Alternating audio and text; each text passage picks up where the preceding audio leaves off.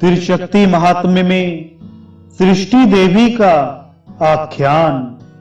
भगवान वराह कहते हैं, कुछ समय के पश्चात प्रजापति ब्रह्मा जी प्रजाओं की सृष्टि में तत्पर हुए, पर बहुत समय तक प्रयास करने पर भी प्रजा की वृद्धि नहीं हुई। अब वे मन ही मन सोचने लगे कि क्या कारण है कि मेरी प्रजा बढ़ नहीं रही है। सुब्रते, अब ब्रह्मा जी ने योगाभ्यास के सहारे अपने हृदय में ध्यान लगाया तो श्वेत पर्वत पर स्थित सृष्टि कुमारी की तपस्या की बात उनकी समझ में आ गई। उस समय तपस्या के प्रभाव से उस कन्या के संपूर्ण पाप दग्ध हो चुके थे। फिर तो ब्रह्मा जी कमल के समान नेत्र वाली वह दिव्य कुमारी जहां विराजमान थी, वहां पहुंचकर उस तपस्विनी दिव्य कुमारी को देखा और साथ ही वे ये वचन बोले, कमनीय कांति वाली कल्याणी, तुम प्रधान कार्य की अवहेलना करके अब तपस्या क्यों कर रही हो?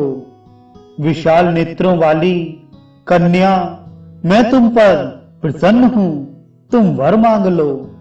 सृष्टि देवी ने कहा, भगवान, मैं एक स्थान पर नहीं रहना चाहती, इसलिए मैं आपसे यह वर मांगती हूं कि मैं सर्वत्र गामिनी बन जाऊं। जब सृष्टि देवी ने प्रजापति ब्रह्मा से ऐसी बात कही, तब उन्होंने उससे कहा, देवी, तुम सभी जगह जा सकोगी और सर्वव्यापिनी होगी।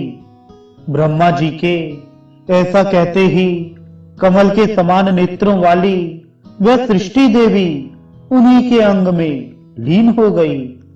अब ब्रह्मा जी की सृष्टि बड़ी तेजी से बढ़ने लगी और फिर शीघ्र ही उनके 7 मानस पुत्र हुए।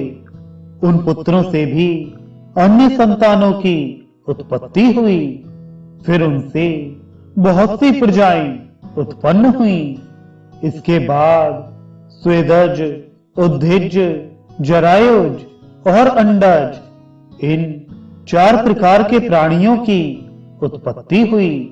फिर तो चराचर प्राणियों की सृष्टि से यह सारा विश्व ही भर गया। यह संपूर्ण स्थावर जंगम जगत तथा सारा बागमय विश्व, इन सबकी रचना में उस सृष्टि देवी का ही हाथ है। उसी ने भूत, भविष्य और वर्तमान इन तीनों कालों की भी व्यवस्था की।